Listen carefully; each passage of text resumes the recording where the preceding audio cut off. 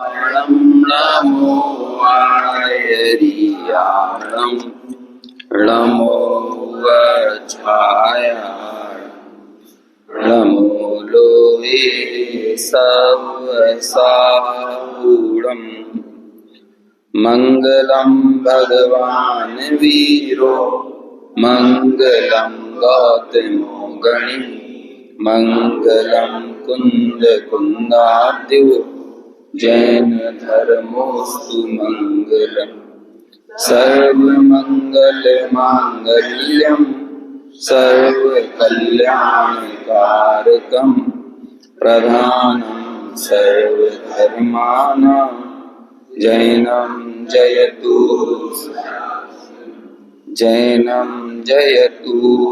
साशिन् वन्दितु सर्वसिद्धे दोमचलमणोऽमङ्गलिं पत्ते वोचामि समय पाहुडो मिणमो सुदकेवली भणिनम् नमः साराय स्वानुभूत्या चकासते चित्स्वभावाय भावाय सर्वभावांतरच्छिदे।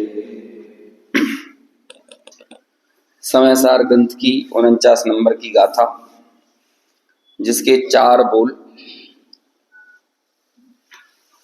मतलब जो अरस, अरूप, अगंध, अशब्द, स्पर्श, ये जो 5 मूल गाथा में बोल थे, उन प्रत्येक बोलों के भी 6 बोल अमृत चंद्राचार्य ने बनाए हैं। उन 6 बोलों में से हमने प्रारंभ के 4 बोलों पर चर्चा की है। 5वें और 6वें बोल की तरफ आगे बढ़ना है। उत्तरोत्तर जैसे जैसे अपन आगे के बोलों पर पहुंच रहे हैं तो ये सूक्ष्म सूक्ष्म होते चले जा रहे हैं। पहला बोल स्थूल था, क्योंकि यहाँ पर मैं पुद्गल द्रव्य नहीं हूं। इस तरह से एक द्रव्य का दूसरे द्रव्य से जो भेद कराने की बात है, जो अत्यंत भाव में करी जाती है। अत्यंत भाव मतलब बहुत स्थूल चीजों को जब आपस में मिलाया जाता है तो हमें एक अभाव ऐसा है, अत्यंत भाव जिसे कहते हैं, जो ये बताता है, सिखाता है कि एक द्रव्य का दूसरे द्रव्य में अभाव है। तो ऐसा ही पहले बोल को भी फॉर्म किया गया, बनाया गया कि चूंकि मैं पुद्गल द्रव्य नहीं हूं तो पुद्गल द्रव्य के गुण मुझ में कैसे हो सकते हैं। दूसरा कहा कि ठीक है, पुद्गल द्रव्य के गुण तो नहीं है, लेकिन जो वो गुण है ना, स्पर्श रस गंध वर्ण वाले, ये गुण तो मैं हो सकता हूं। तो कहते हैं नहीं, मैं वो गुण भी नहीं हूं। क्यों गुण नहीं हूं? तो उसका यहाँ पे कारण दिया था, क्योंकि मैं पुद्गल द्रव्य के गुणों से भी भिन्न हूं। पहले पुद्गल द्रव्य से भिन्न हूं, फिर पुद्गल द्रव्य के गुणों से भिन्न हूं। तो चलो ठीक है, इन दोनों से भिन्न हूं, लेकिन मैं ग्रहण तो कर सकता हूं किसी तरह उन्हें। तो ग्रहण करने के क्षयोपशम ज्ञानियों के पास, हम सब लोगों के पास 2 मुख्य औजार हैं। एक तो क्या है, हमारी द्रव्येंद्रियां हैं, और एक हमारी भावेंद्रियां हैं। तो चूंकि मैं पुद्गल द्रव्य का स्वामी भी नहीं हूं, तो ये द्रव्य इंद्रियां भी पौद्गलिक हैं, और द्रव्य इंद्रियों से ग्रहण किए जाने वाले जो विषय हैं वो भी पौद्गलिक हैं। तो मैं द्रव्य इंद्रिय से इनका ग्रहण नहीं कर सकता, इसलिए मैं अरस, अरूप, अगंध इत्यादि। फिर आगे भावेंद्रिय से तो ग्रहण कर सकता हूं, क्योंकि भावेंद्रियां तो आत्मा रूप ही होती हैं। तो कहते हैं वैसा भी नहीं है, क्योंकि मैं जब अपने त्रिकाली स्वरूप को देखता हूं तो उस शुद्ध स्वरूप की दृष्टि से तो परम पारिणामिक भाव, या जब अपने स्वभाव की दृष्टि से देखा तो अखंड ज्ञान धारा जो बह रही है, ऐसा एक ज्ञायक भाव वो मेरा स्वभाव स्वरूप होने से खंड खंड ज्ञान मेरा स्वरूप नहीं हो सकता। क्षयोपशमिक जो ज्ञान है, क्षयोपशमिक भाव है, वो मेरा स्वरूप नहीं है, वो परावलंबी भाव है। और क्षयोपशम ये कर्म की अवस्था है, ये आत्मा की कोई दशा नहीं है। ये तो उपचार से कह दिया जाता है इसे आत्मा की दशा। यदि कर्म को खड़ा नहीं करोगे आप, तो आप कभी भी क्षयोपशम भाव को परिभाषित ही नहीं कर सकते। क्षयोपशम भाव को परिभाषित करने के लिए हमें किस चीज की जरूरत पड़ती है? कर्मों की आवश्यकता होती है।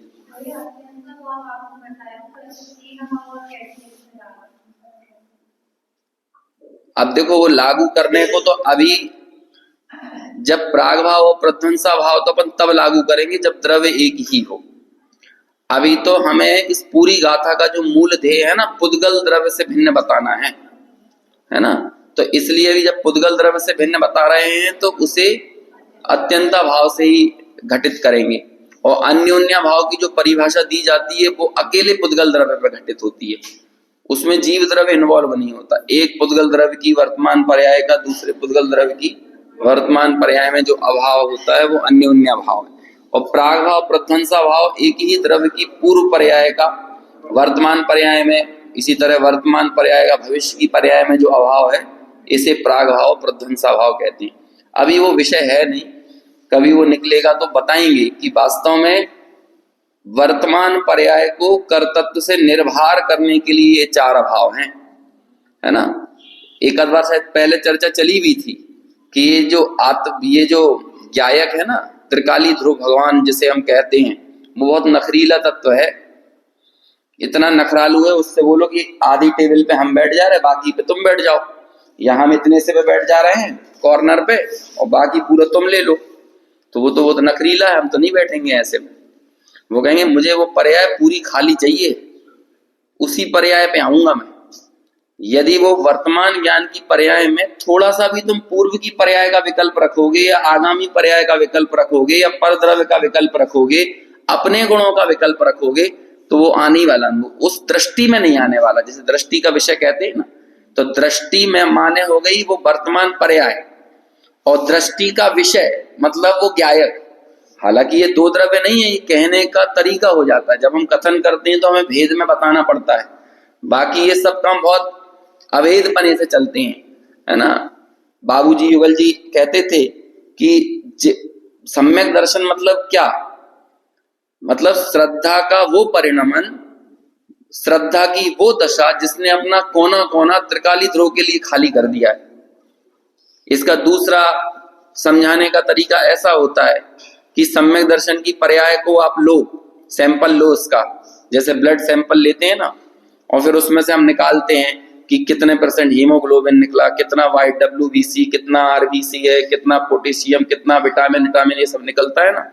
तो ऐसे सम्यक दर्शन की पर्याय को लेबोरेटरी में डालो और फिर उससे पूछो कि कितना % इसमें पूर्व की पर्याय, कितना भविष्य की पर्याय, कितना परद्रव्य, कितना अपने गुण भेदों के विकल्प, कितना क्या, तो उसमें कहीं कुछ नहीं है। उसमें बस एक ही चीज मिलेगी आपको, सम्यक दर्शन की पर्याय में सम्यक दर्शन भी नहीं मिलेगा, उसका नाम सम्यक दर्शन है। सम्यक दर्शन की पर्याय में कौन मिलेगा कि वो सम्यक, वो बस ये मैं जो त्रिकाली ध्रुव ज्ञायक जिसे कह रहे हैं हम, ये सब शब्दों में कहने में आता है, बाकी तो अवचनीय है। जब अपन इसमें बोल पढ़ रहे हैं अशब्द है, और फिर भी हम इतनी शब्दों से चर्चा कर रहे हैं, 5-6 दिन तो हो गए। अब अशब्द को बताने के लिए कौन से शब्द का प्रयोग किया जाए है? एक अवक्तव्य नाम का नय है 47 नयों में, अवक्तव्य। तो उससे पूछा अवक्तव्य क्या नय है? नय उसे कहते हैं, नय मतलब किसी वस्तु के एक देश के कथन करने को नय कहते हैं। तो कथन कर दिया ना, जब कथन कर दिया तो फिर अवक्तव्य कैसे हो सकता है? कितना विरोधाभास है कि अवक्तव्य नय भी कह रहे हो और नय भी कह रहे हो, मतलब कह भी रहे हो और अवक्तव्य है ऐसा भी कह रहे हो। तो क्या उसका उत्तर दिया कि अवक्तव्य है, ये तो हमने वक्तव्य दे दिया ना कि वो अवक्तव्य है, बस ये उसका अवक्तव्य पने को बता देना, यही उसका कथनचित वक्तव्य पना है कि वो नहीं कहा जा सकता। जैसे कि जब द्वितीय विश्व युद्ध के बाद दुनिया 2 भागों में बट गई है ना, एक क्या कहलाने लगे, जो पूंजीवादी देश थे अमेरिका वगैरह, एक उस तरफ चलेगा और एक तरफ ये साम्यवादी कम्युनिस्ट कंट्री थी, सोवियत संघ की तरफ लोग हो गए और एक तरफ अमेरिका हो गए। तो भारत के पास भी ऑफर आया, तुम किस गुट में हो? तो भारत, हम किसी गुट में नहीं है ना। तो ऐसा कहना हम तो गुट निरपेक्ष हैं, और बाद में उसने गुट निरपेक्षों का एक गुट बना लिया हो गया ना। तो नेम कंट्री का नॉन अलाइन मूवमेंट चला था, तो ऐसे करके वो एक गुट निरपेक्षों का गुट हो गया। तो कहते ये तुम तो कह रहे थे तुम किसी गुट में नहीं हो, ये गुट बन तो गया है। बस ऐसा ही है कि आत्मा अवक्तव्य है, आत्मा अवक्तव्य है, आत्मा अवक्तव्य है। तो ये अवक्तव्य कह के भी तुमने वक्तव्य कह तो दिया, समझ में आया ना, यही है ऐसा। तो ये प्राग भाव प्रध्वंसा भाव जो है वो अभी अपन को यहाँ पे उन्हें नहीं घटाना है, यहाँ पर तो हमें अत्यंता भाव ही लेना है। वास्तव में वो चार अभाव भी हम इसलिए हैं कि हमें पूर्व की पर्याय में कुछ नहीं करना, भविष्य की पर्याय में कुछ नहीं करना, और जो अन्योन्य भाव है वो ये बताता है कि एक पुद्गल द्रव्य की वर्तमान पर्याय और दूसरे पुद्गल द्रव्य की वर्तमान पर्याय। एक पुद्गल द्रव्य मतलब होता है एक परमाणु, क्योंकि शुद्ध पुद्गल उसे ही बोलते हैं, स्कंद को अशुद्ध पुद्गल कहते हैं। हमारी आंखों ने आज तक कभी शुद्ध पुद्गल देखा ही नहीं है, क्योंकि वो इंद्रिय गोचर ही नहीं होता है शुद्ध पुद्गल। शुद्ध पुद्गल भी मतलब परमाणु भी उग्र अवधि ज्ञान का विषय होता है। यदि आपसे कोई प्रश्न करे हमारी आंखें क्या देखती हैं, कौन सा द्रव्य देख पाती हैं, कोई सा द्रव्य नहीं देख पाती। हम सब लोग मिलावट देखते हैं, अशुद्धता देखते हैं। इसलिए जगत के जीवों को कहते हैं इंद्रिय चक्षु वाले। जो अज्ञानी है वो सब इंद्रिय चक्षु हैं, और जो भी ज्ञानी है साधु है वो आगम चक्षु है। ज्ञानियों की आंख आगम होती है, ज्ञानियों की आंखें ये नहीं होती। और इन आंखों का तो कोई भरोसा किया जा सकता है क्या? हम 50 मंजिल पे चले जाएं तो हमें नीचे गाड़ियां ऐसी दिखती हैं, छोटे से चींटियां रेंग रही हो, तो क्या वो चींटी बन गई? तो इन आंखों का क्या भरोसा करें, इन कानों का क्या भरोसा करें? अभी हम कुछ सुनते हैं, थोड़ी देर बाद सब भूल जाते हैं, कुछ सुनते हैं कुछ और समझ में आता है, तो इन कानों का क्या भरोसा करें, इस जिह्वा का क्या भरोसा करें? थोड़ी सी बीमारी हो जाती है तो टेस्ट को अलग तरह से बताने लगती है। पांचों इंद्रियों की यही हालत है ना। बाहर गर्मी का मौसम है, अंदर से थोड़ा सा वात पित्त कफ बिगड़ जाए तो सर्दी लगने लगती है। बाहर में गर्मी है, अंदर सर्दी लगने, तो स्पर्श इंद्रिय का क्या भरोसा करें? तो सारा ये तो परिणमन क्या बहुत क्षणिक है, बहुत झूठा है, मिलावटी है, और क्या कहें कभी कभी कुछ का कुछ दिखाता है।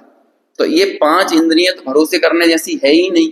तो मन तो भरोसा करने लायक है, तो कहते मन तब भरोसा करने लायक है जब वो तुम्हारे बस में हो। अदरवाइज मन से ज्यादा भ्रमाने वाली कोई दूसरी वस्तु नहीं है, तो इसलिए वो भी भरोसा करने लायक नहीं है। तो ऐसे जब हम ये कहते हैं कि एक पुद्गल द्रव्य दूसरे पुद्गल द्रव्य का कुछ नहीं करता, मतलब एक पुद्गल परमाणु दूसरे पुद्गल परमाणु का कुछ नहीं करने वाला है, तो तुम तो भिन्न द्रव्य हो, तुम कैसे पुद्गल को बदल सकते हो? हम एक पका हुआ बाल काला कर सकते हैं? हाँ करते हैं ना, हर महीने करते हैं। कहते हैं गलत फहमी में हो, जिसकी जैसी वो अपनी योग्यता के अनुसार परिणमित होता है। और इस विषय को समझना है तो मोह की महिमा वाला प्रकरण टोडरमल जी का पढ़ना चाहिए।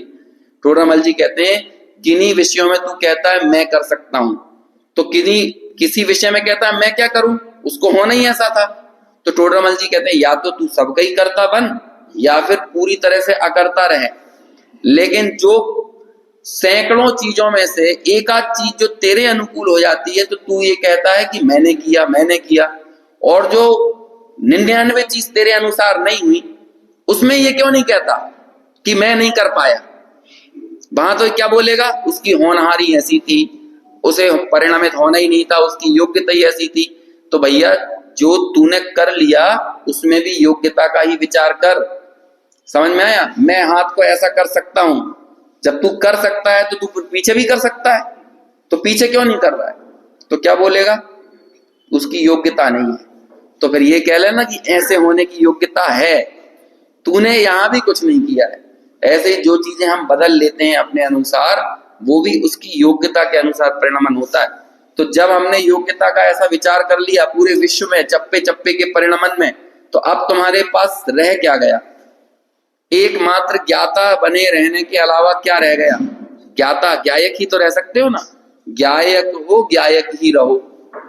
और बस ज्ञायक रहने का मतलब क्या हुआ कि वर्तमान ज्ञान की पर्याय इतनी निर्भर हो गई, इतनी खाली हो गई पर कर्तृत्व से, कि उस पर कर्तृत्व से के अभाव वाली वो वर्तमान ज्ञान की दशा में स्वयमेव ज्ञायक उतर आता है। क्योंकि श्रद्धा कभी भी बांझ नहीं होती है, श्रद्धा का कोई ना कोई विषय अवश्य होता है। अनादिकाल से पर द्रव्य श्रद्धा का विषय बना था, लेकिन बाद में जब उस पर द्रव्य के पूरी तरह से कर्तृत्व से रहित हो गई, तो फिर श्रद्धा का विषय कौन हो जाएगा? स्वयं उसमें ज्ञायक उतरेगा। और फिर उस श्रद्धा से पूछो, उस श्रद्धा की वर्तमान पर्याय सम्यक दर्शन से पूछो कि तुम कौन? सम्यक दर्शन। तो कहते सम्यक दर्शन नहीं, मैं ज्ञायक, मैं आत्मा। तो इसलिए वो चार अभाव हैं। अभी आपने प्रश्न किया था तो मुझे वो बताना पड़ा। इस पूरी गाथा में तीन अभावों की बात नहीं है, यहाँ तो सिर्फ क्या बात कर रहे हैं अपन, अत्यंत अभाव। यद्यपि वो बहुत स्थूल है, हम तो और आगे बढ़ रहे हैं, क्योंकि आगे हमें ये क्या एक संबंध तक पहुंचना है ना। तो चौथा विषय क्या था, छायोपसमिक भाव मेरा स्वभाव नहीं है। छायोपसमिक भाव का मेरे, यहां पे लिखा था ना, भाव का भी मुझ में अभाव होने से, भावेंद्रिय के अवलंबन से भी मैं रस को नहीं चखता, इसलिए मैं अरस हूं। आगे के दो बोल पढ़ते हैं, उससे पहले अपनी गाथा एक बार और दोहराएंगे। अरसिमरूपम गंधम अवत्तम चेदना गुणमसत्तम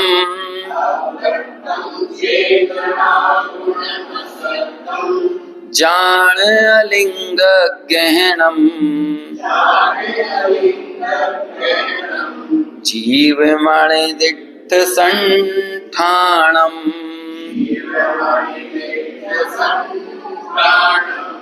अनुवाद पढ़िए।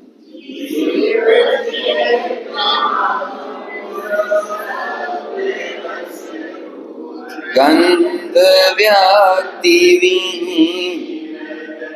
निर्दिष्ट नहीं संस्थान, उसका ग्रहण नहीं है लिंग से। देखिए जरा स्क्रीन पे, ये चौथे बोल के संबंध में गुरुदेव श्री ने कुछ मार्मिक चर्चा की है, उसे अपन यहां पढ़ते हैं। यह चतुर्थ बोल तीसरे बोल से अधिक सूक्ष्म है। अपने स्वभाव की दृष्टि से अर्थात त्रिकाली शुद्ध ज्ञायक भाव की दृष्टि से देखें तो आत्मा में क्षयोपशम भाव का भी अभाव है। रस को जानने का वर्तमान ज्ञान का विकास, रस को जानने की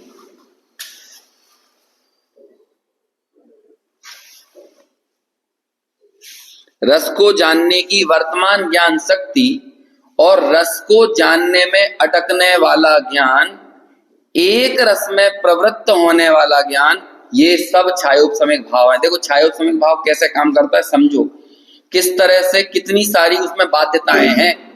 पहले क्या होना चाहिए, जानने के वर्तमान ज्ञान का विकास होना चाहिए, है ना, उतना आपका ज्ञान बढ़े।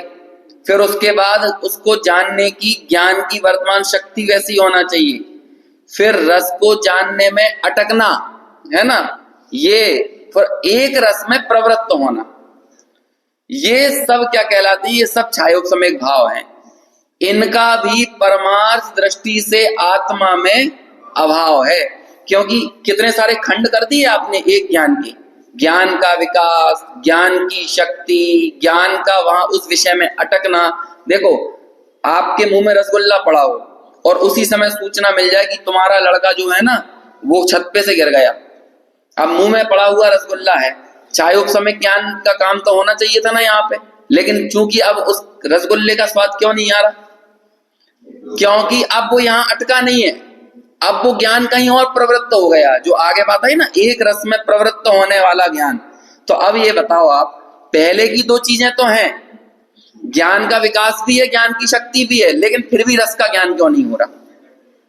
यदि मैं रस को ग्रहण कर सकता हूं भावेंद्रिय से, तो मुझे हमेशा करना चाहिए। मुझे सर्दी गर्मी लग रही हो, है ना, कई बार ऐसा होता है कि हम किसी दृश्य को देखने में ऐसे मशगूल हो जाते हैं, कई बार बच्चे वगैरह क्रिकेट खेलने जाते हैं ना, तो उनको चोट लग जाती है, गिर जाते हैं, छिल जाते हैं, घुटने मुटने टूट जाते हैं, लेकिन उन्हें कुछ पता ही नहीं चलता। क्यों? क्योंकि खेलने में इतने मस्त थे।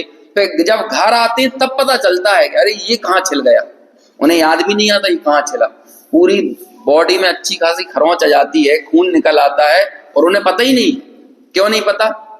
क्योंकि ज्ञान का विकास था, ज्ञान की शक्ति थी, लेकिन ज्ञान वहां अटका नहीं था, ज्ञान वहां प्रवृत्त नहीं था। तो वो विषय शक्ति और ज्ञान होने के बावजूद भी वो जानने में नहीं आता है। यदि जानने में भावेंद्रिय से आता है तो हमेशा आना चाहिए। चूंकि नहीं आता है भावेंद्रिय से, इसलिए मैं रस को ग्रहण नहीं करता। ये इस तर्क को, लॉजिक को समझ में आ रहा है क्यों, क्या ये लॉजिक दिया है कि मैं भावेंद्रिय से भी रस को ग्रहण नहीं करता। द्रवेंद्रिय की बात तो बहुत दूर रह गई, अभी तो कह रहे हैं भावेंद्रिय से भी नहीं करता। क्यों नहीं करता? क्योंकि जब वही उपयोग किसी अन्य विषय को जानने में प्रवृत्त हो जाता है तो वो रस का ज्ञान नहीं आता है। गंध का ज्ञान हो रहा हो तो रस का ज्ञान नहीं आता। इस स्वभाव की दृष्टि से देखा जाए तो अल्प ज्ञान का इसमें अभाव है, और छायोपसमिक भाव अल्प ज्ञान रूप है। और मैं कैसा हूं, मेरा स्वभाव नहीं है अल्प ज्ञान, मेरा स्वभाव तो संपूर्ण को जान लेना है। तो इसलिए ये जो खंड खंड ज्ञान है, अल्प ज्ञान है, ये मेरा स्वभाव कैसे हो सकता है? चैतन्य आत्मा पूर्ण ज्ञान की मूर्ति है, अतः अपूर्ण ज्ञान, अतः अपूर्ण ज्ञान भी उसका नहीं है ना, उसमें उस अपूर्ण ज्ञान का भी उसमें अभाव है। ये चौथे बोल के संबंध में यहाँ पर अपन को थोड़ा सा गुरुदेव का विषय देखना था, वो यहाँ चर्चा की। अब चलते हैं पांचवें बोल की तरफ। 4 बोल याद हो गए? 20 बोल याद हो गए? चलो पांचवा, उसे समस्त ज्ञेयों का ज्ञान होता है। अभी देखो क्या कह रहे हैं, जो ज्ञान है ना, ये ज्ञान तो सबको जानता है। कहाँ गया? हाँ सॉरी, पहले से पढ़ना था, अपन ने आगे पढ़ने लगे। समस्त विषयों के विशेषों में साधारण ऐसे एक ही संवेदन परिणाम रूप, एक ही संवेदन परिणाम क्या है? समस्त विषयों के विशेषों में। अब समस्त विषय के विशेष क्या होंगे? जैसे कि आपसे हमने पूछा कि आपने मुंह में रसगुल्ला खाया, हमने पूछा सॉफ्ट है कि नहीं, तो आपने क्या बोला? हाँ है। फिर हमने पूछा मीठा है कि नहीं, फिर आपने बोला कि हाँ मीठा भी है। अच्छा गरम है कि नहीं, तो आपने क्या बोला? हाँ गरम भी है। ठीक है, और जब तक वो मुंह के बाहर था तो हमने पूछा अच्छे से सिका है कि नहीं, तो आपने बोला कि हाँ सिका है, अच्छे से सिका हुआ है। खुशबू कैसी है? अरे खुशबू भी बहुत लजीज है, बहुत बढ़िया है। तो ये चार चार चीजों को बताने के लिए अलग अलग संवेदना काम कर रही थी क्या? वो संवेदन परिणाम कैसा था? एक संवेदन परिणाम एक में ही समर्पित हो, एक इंद्रिय के विषय में ही समर्पित हो, तब तो वो उसका हो सकता है। लेकिन जो संवेदन परिणाम सब में एक जैसा काम कर रहा हो, वो किसी एक विषय का कैसे हो सकता है? ये उसकी तौहीन है।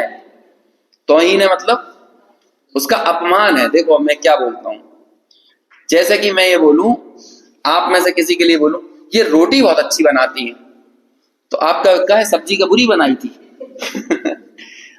जब हम आपको किसी एक पर्टिकुलर, जैसा कि बहुत सारे आपने 56 प्रकार के सामान हमारे सामने लगा दिए, और हम आपसे बोले चटनी बहुत शानदार बनी है, तो आपको कोई दाल बेकार बनी है क्या? क्या कहोगे?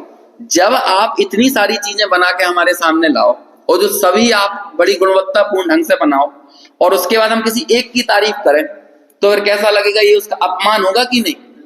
हमने एक अकाउंटेंट की भर्ती की, हम कहा तुम जोड़ते बहुत अच्छा हो, तो क्यों घटाते अच्छा नहीं है क्या? गुणा अच्छा नहीं करते क्या? भाग अच्छे से नहीं दे पाते क्या? मल्टीप्लाई अच्छे से नहीं करते? तो ये क्या हुआ? ये अपमान हुआ कि नहीं? कि उसका संवेदन परिणाम तो सब जगह काम कर रहा है, और तुमने अकेले रस को दे दिया या गंध को दे दिया, तो ये उसकी तौहीन है, ये उसका अपमान है। यदि वो, अरे भैया हम तो सबके लिए वही काम करते हैं। जो संवेदन परिणाम है, जो ज्ञान भाव है, वो तो सब में एक जैसा काम कर रहा है। समझ में आया? देखो हम लोग भी लोक में इस तरह के शब्दों का प्रयोग करते हैं। रसगुल्ले को, स्वाद को देखा जा सकता है,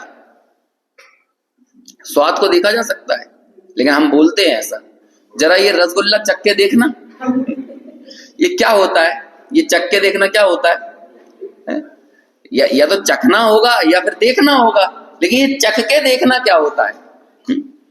अरे जरा ये जो हमने क्या कहते हैं शक्कर पारे बनाए हैं या कुछ और चीज बनाई है, जरा इनको सूंघ के देखना। तो या तो सूंघ सकता है व्यक्ति, लेकिन सूंघ के देख कैसे सकता है? जरा इसको छू कर देखना, या तो छू सकता है या फिर देख सकता है।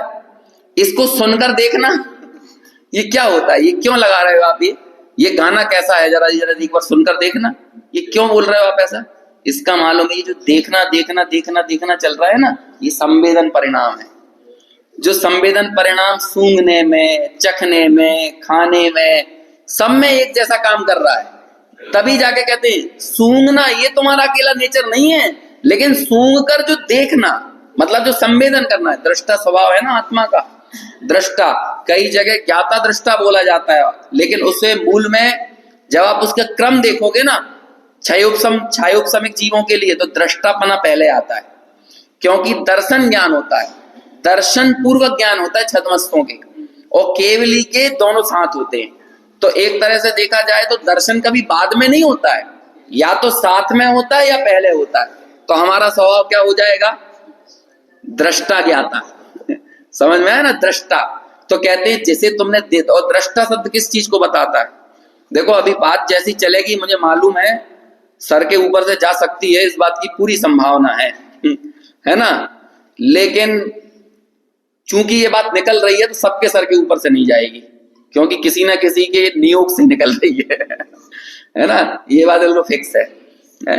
यदि आपके सुनने की वैसा नियोग नहीं होता तो इधर से कुछ निकलेगा भी नहीं, और चूंकि निकल रहा है तो सब चीजें व्यवस्थित हैं, वो नियोग नहीं व्यवस्थित है। तो मैं ये नहीं सोच सकता कि आपको समझ में नहीं आ रहा है, किसी को तो समझ में आ ही रहा होगा, है ना। तो दृष्टा मतलब क्या होता है, अवलोकन। सामान्य अवलोकन सो दर्शन और विशेष अवलोकन सो ज्ञान। ये अवलोकन क्या होता है, ऑब्जर्वेशन। ये क्या होता है, ये होता है संवेदन। ये ऑब्जर्वेशन आंखों से अकेले नहीं होता है, ऑब्जर्वेशन कानों से नहीं होता है। आप जो जैसे समीक्षक होते हैं, तो कितना अच्छा शब्द समीक्षा। सम यानी सम्यक प्रकार से ईक्ष देखने के अर्थ में आता है, अवलोकन करने के अर्थ में आता है। तो समीक्षा मतलब सही ढंग से योग्य रीति से किसी चीज का किया गया अवलोकन इज इक्वल टू समीक्षा। और इसी के लिए जब ज्ञान को मुख्य करके बात की जाती है तो उसे बोलते हैं संवेदन। अवलोकन को हमने गौण कर दिया और वेदन को मुख्य करा, वेदन लगना।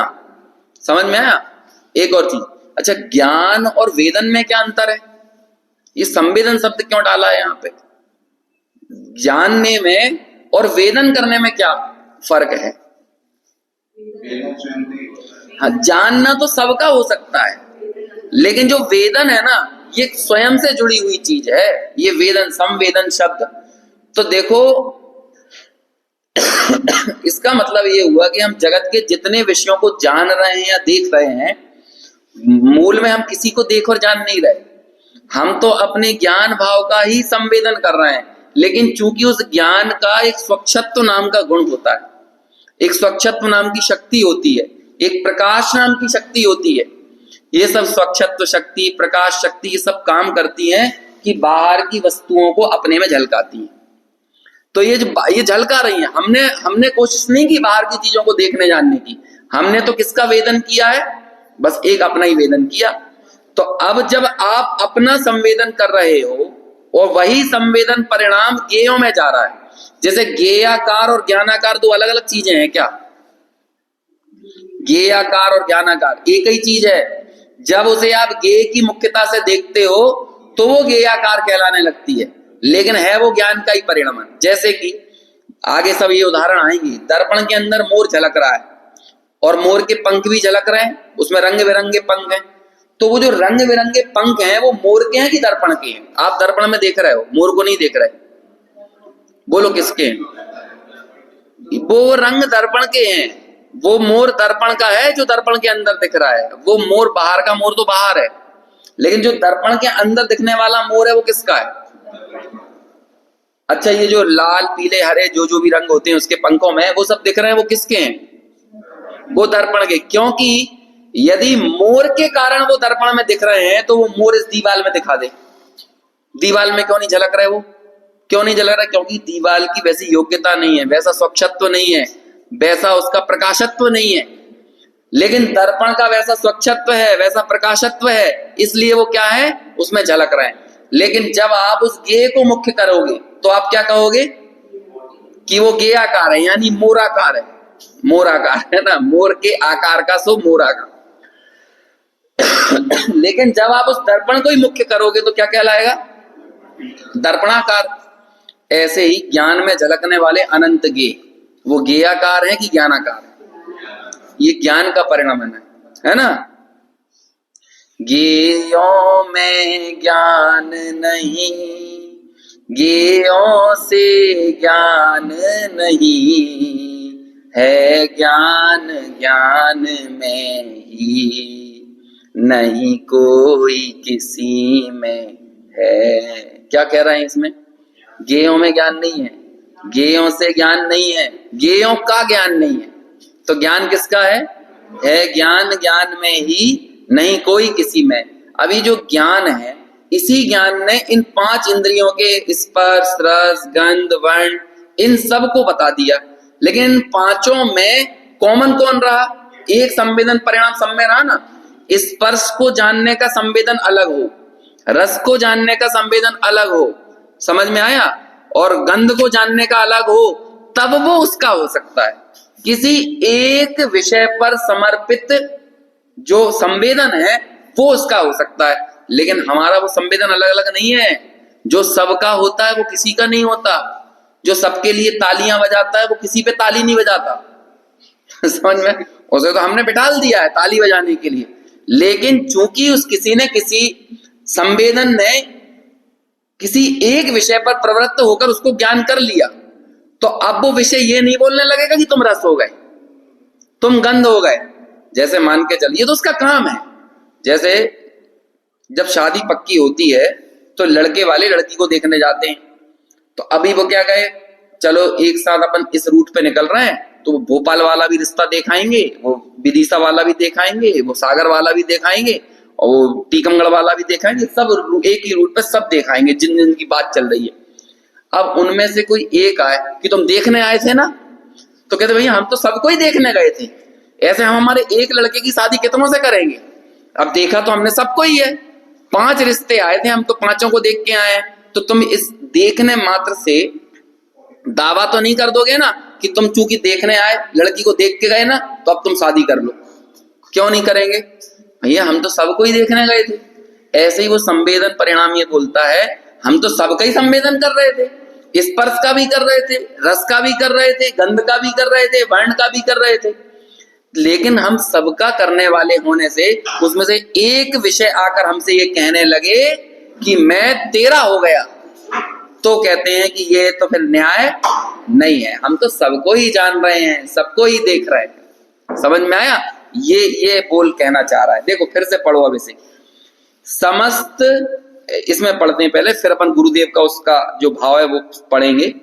समस्त विषयों के विशेषों में साधारण, समस्त विषयों के विशेष क्या हो गए, जैसे अब अभी अकेला स्पर्श नहीं लेना है, स्पर्श के 8 भेद, रस के 5 भेद, फिर उसके बाद क्या गंध के 2 भेद, वर्ण के 5 भेद, तो कितने हो जाते हैं, 20 हो जाते हैं, और एक शब्द जोड़ दो तो 21 हो जाते हैं। ऐसे 5 इंद्रियों के 21 विषय है। समझ में आया ना, तो वो 21 विषय क्या हो गए, विशेष हो गए। लेकिन इन सब विशेषों में साधारण कौन है, एक संवेदन परिणाम। जो आप जिस संवेदना से मीठा जानते हो उसी संवेदना से चरपरा जानते हो, कि आप अंदर में हाथ डाल के बोलते हो चलो अब वो वाली संवेदना बाहर आओ जो मीठा बताएगी, चलो अभी मीठा नहीं बताना है, अभी तुम क्या कहते हैं साइड में रहो, अभी खारा बताने वाली संवेदना बाहर आओ, अभी मेरे को हरा बताने वाली संवेदना बाहर आए। ऐसा करते हैं क्या, क्यों नहीं करते, क्योंकि सब में एक संवेदना फैली हुई है। देखो कैसी अजीब बात है, जो संवेदना सब में कॉमन रूप से काम कर रही है वो हमें कभी अपनी नहीं लगती, लेकिन मैंने मीठा चखा, मैंने खारा खाया है ना, मैंने हरा देखा, पीला देखा, नीला देखा, सुंदर सुंदर दृश्य देखे। समझ में आया ना, कहीं घूमने गए और वहां से घूम के आते हैं, इतनी बढ़िया वादियां थी बर्फ से ढकी हुई, अभी न्यू ईयर पे सेलिब्रेट करने गए ना सब लोग, पूरा देश मान के चलो कि पर्यटन स्थलों पे उमड़ घुमड़ पड़ता है, अब वो तो पर्यटन स्थल वाले भी कहने लगे भैया मत आओ हमारे यहाँ इतना आदमी पहुंच जाता है वहां पे, तो वो भी कहते हैं कि आना बंद करो, है ना, हद हो गई है। लेकिन चलो वहां से घूम के आए तो फिर क्या बोलते हैं अपन, मान के चलो कोई कश्मीर गया तो कहते अरे हम डल लेक में घूम के आए, डल लेक ऐसी थी। फिर हम वहां पे गुलमर्ग में गए तो वहां पर ऐसी ऐसी पहाड़ियां थी, वादियां थी। फिर हम पहलगाम में गए तो वहां ऐसे ऐसे झरने थे, ऐसी ऐसी नहरें थी। समझ में आया ना, सब चीजें थी। लेकिन तुम्हें ये चीज पता चली तुम्हारा सगा कौन था?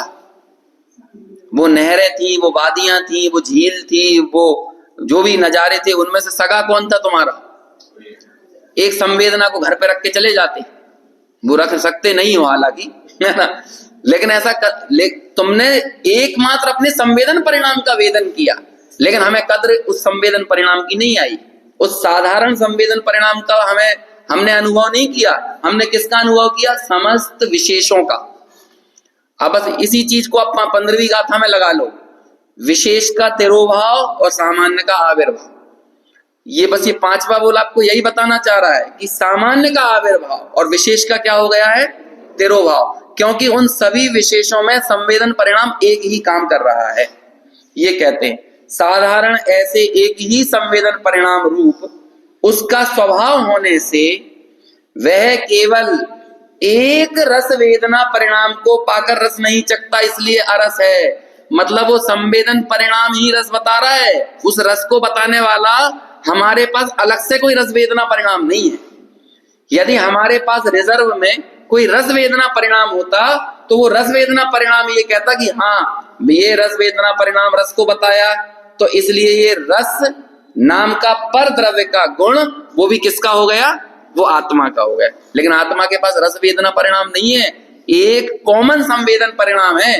वही संवेदन परिणाम रस में, रूप में, गंध में, स्पर्श में काम करता है। बोलो किसको समझ में नहीं आया? अभी इतनी बात समझ में आ गई? अभी आगे बढ़ते हैं, गुरुदेव क्या कहते हैं इस बारे में वो पढ़ते हैं। देखो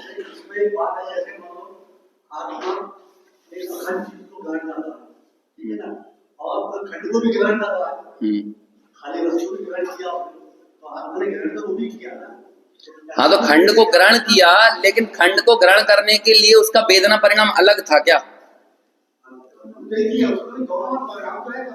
मैं ये कह रहा हूं कि यदि खंड को ग्रहण करने वाला परिणाम सेपरेट हो, अलग डिपार्टमेंट हो, आत्मा के पास ऐसा जैसे रस वेदना परिणाम नाम का कोई अलग डिपार्टमेंट नहीं है, गंध वेदना परिणाम नाम का अलग डिपार्टमेंट नहीं है।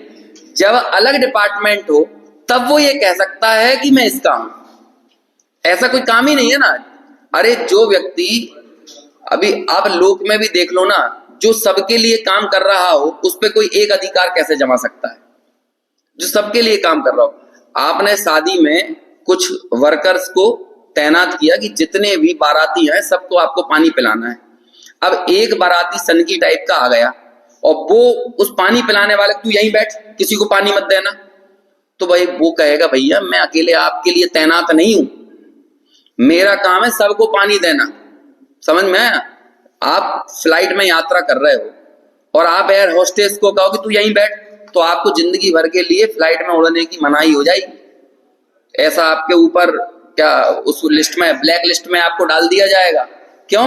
अच्छा ये मेरे से हंस के तो बात कर रही थी ये है एयर होस्टेस, तो तू अब यहीं बैठ के बात कर, तो क्या करोगे? ये आपके ऊपर केस चल जाएगा। इसीलिए हम पे केस चल रहा है नरक निगोदों में कि हम वो संवेदन परिणाम को अपना मान लेते हैं।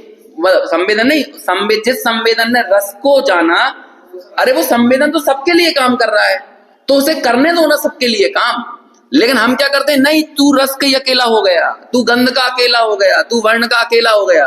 तो जब तुमने अपने संवेदन को अकेले रस को समर्पित कर दिया तो तुम्हारा रस के नाम पे अहंकार पैदा होता है। जब तुमने अपने उस संवेदन को अकेले गंध को समर्पित कर दिया तो गंध के नाम पर अहंकार खड़ा होता है। वो तो सबके लिए है।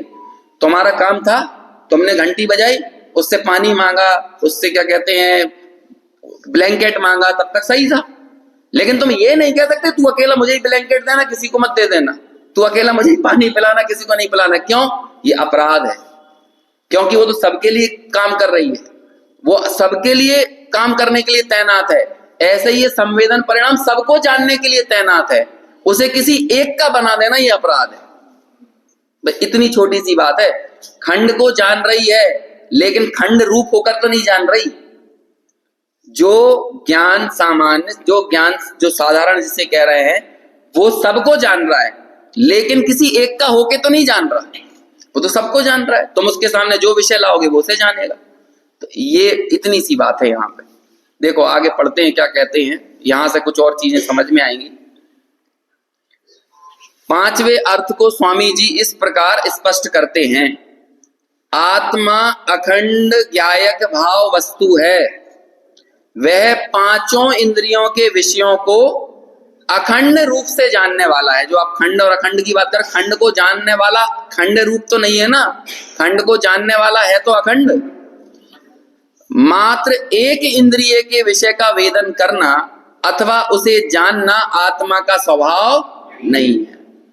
जब आपका ज्ञान का उघाड़ यदि हो तो आप ये नहीं कह सकते कि नहीं तू मात्र देख, तू मात्र सुन, तू मात्र सूंघ, ऐसा नहीं कह सकते ना। वो ज्ञान तो सब में एक सामान्य रूप से बह रहा है।